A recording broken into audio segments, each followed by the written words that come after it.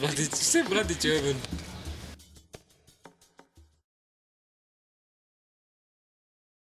Here we are taking alms in the early morning, about 6:20 in the morning, and monk Tawachai will walk along and accept offerings from those in the markets.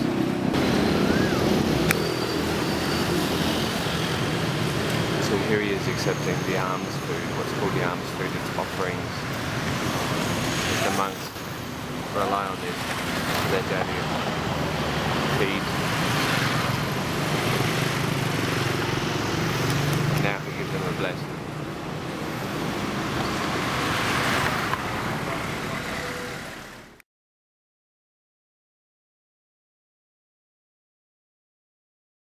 Okay, so here we're talking to Tawachai. Tawachai has been a monk for about 14 years and he's 26 years old. So Tawachai, why don't you say hello to the camera?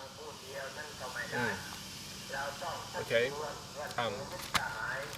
Now Tawachai, I'm going to ask you a few personal questions. They'll be a bit direct. If you don't want to answer them, just tell me that that's the case. Okay, great. Have you ever had sex? Actually, I had never had sex before. I mean, like, I was novice when I was 12 years old only, and then How old, sorry? 12 years old. Sure. And then I have been for 8 years as novice, and I have been monk for 6 years. Okay. That's been a long list. No, never had that before. Yeah. So that would also mean you haven't consumed alcohol, you haven't partied. Even alcohol or party, Now, kind of, for example. Now this is why you're interesting, because admirably you've abstained from all those desires and all those excesses that most people are indulging in when they're growing up during those years. So, you make me laugh. Alright, it's still going.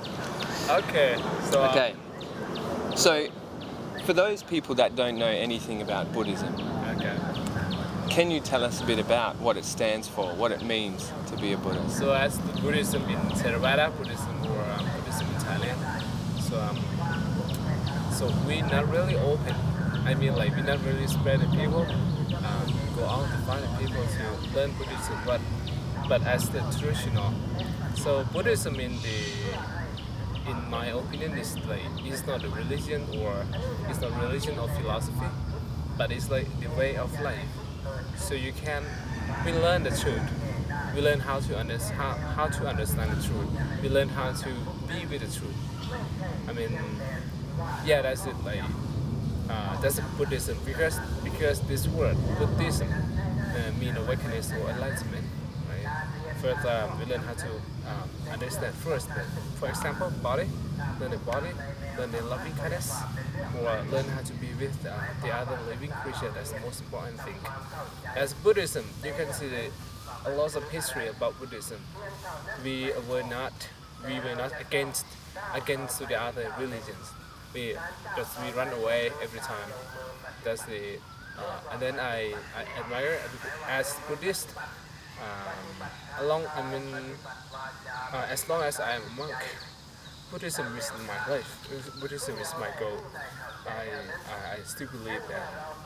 I still believe that if I practice or if I learn lots of things, for example, morality, meditation, and I will be the wise person, and I can help anything, like help the world, or I can help the people around myself to be happy as well. That's Buddhism teaching.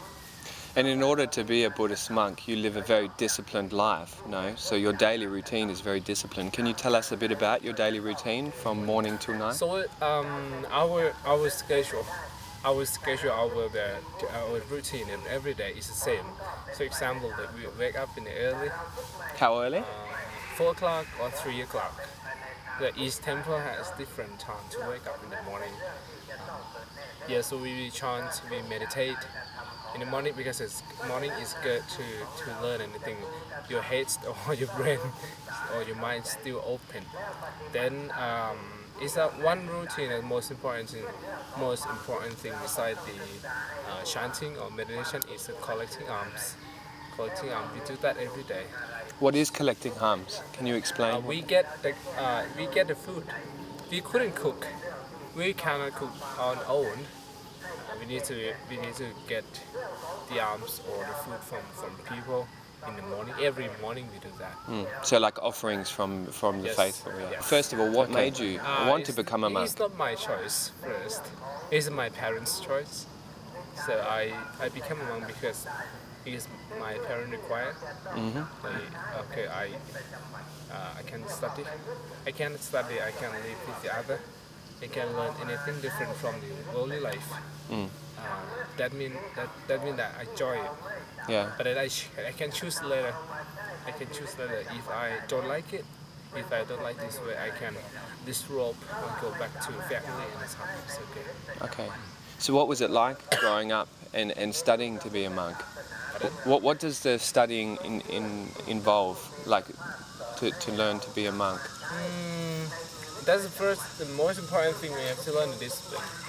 We have to learn the discipline and the Dhamma. It's like learn from the text. Learn from the text as the first.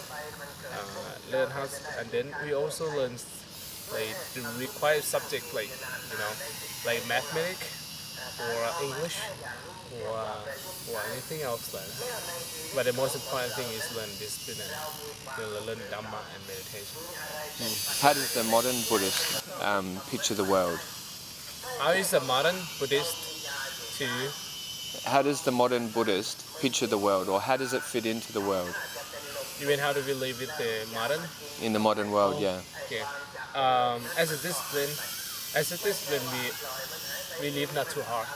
I mean, like we can go along to the world. For example, like technology or something change like that. Because even Buddhist monk, we still live on the earth. We couldn't escape from the other planets, of course. But let's see which one is the is incompatible, right? That's right. Yep. Incompatible to the discipline. For example, monk cannot get money, and that a long time ago, 2,500 years ago, for example. But now we need to use money as pay for a taxi, for book, for education. Doesn't mean need to use money as that thing. For example, it does mean we would try to change it, but sometimes some discipline the Buddha said like we can, because we have to adjust to the world. Why do Buddhist monks shave their head? Okay. Oh, we have the reason like. Okay, I will give to you two reasons. One reason for hygiene. For hygiene because if we bowl, not bowl, it's like a shape like this.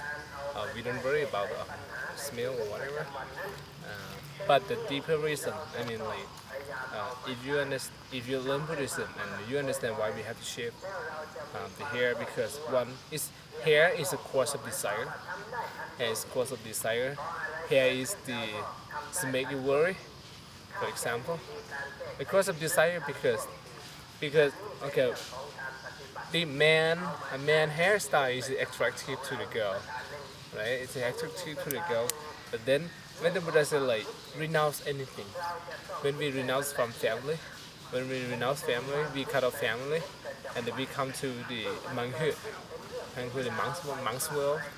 When it's shaving here, you have no worry anything, like hairstyle. We have the same. Everyone has the same like this. So when you say when you come to the monk's world and you have to renounce family, what does that mean? Is that when we couldn't live with a family anymore? We have to stay in a monastery. Okay. Same with the hair. When you renounce the hair, that means you already renounce your worldly life. Staying on that subject, how do monks avoid desires and temptations like the sex, the drugs, the alcohol? Because they do live out in the real world. They do communicate with people in society. Okay, first we study, we have to be patient with the discipline. Our discipline said that we couldn't, for example, couldn't drink alcohol or couldn't have sex. But in the meaning of the, first time we may not do completely. We may think about it, or we still miss out the that feeling because of body or because of hormone or whatever, because of maybe eight. That's it. But the Buddha gave us the way to decrease and eradicate it is the of the desire. That's we call this kind of meditation is a body recollection meditation. So contemplate and think about the body as a corpse, for example, and see and be mindful on the body like the corpse. And when you see like, okay, this way, you see body is dirty, body is impermanent, body is a cause of suffering, and finally, body is nothing or selflessness. And you understand that you will not get, desire anymore. But it's very hard for a novice or teenage monk. That's it. Yeah. But if you do that, it's very good. That's incredible self-control, like incredible mind control to actually, as a novice, like you said, getting used to that would be very difficult.